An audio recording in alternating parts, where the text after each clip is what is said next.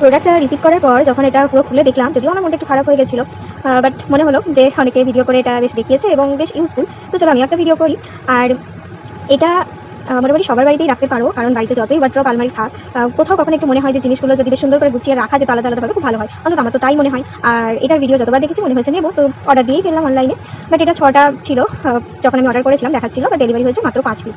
তো যাই হোক, প্রোডাক্টটা কিন্তু বেশ সুন্দর এসেছে এবং এর মধ্যে চাইলে তোমরা আলাদা আলাদাভাবে অনেক কিছু রাখতে পারো। যেমন ধরো তোমাদের টপসগুলো কোনো একটাতে রাখলে, তোমাদের সব শাড়িগুলো একটাতে গুছিয়ে রাখলে, যদিও একটাতে এগুলো ধরবে না, যাই হোক। তো এরকম মানে আলাদা আলাদাভাবে অনেকগুলো জিনিস বেশ রাখা যাবে। এটাতে কিন্তু প্রচুর জিনিস একসাথে ধরবে এবং খুব সুন্দরভাবেই কিন্তু এগুলো রাখা যাবে।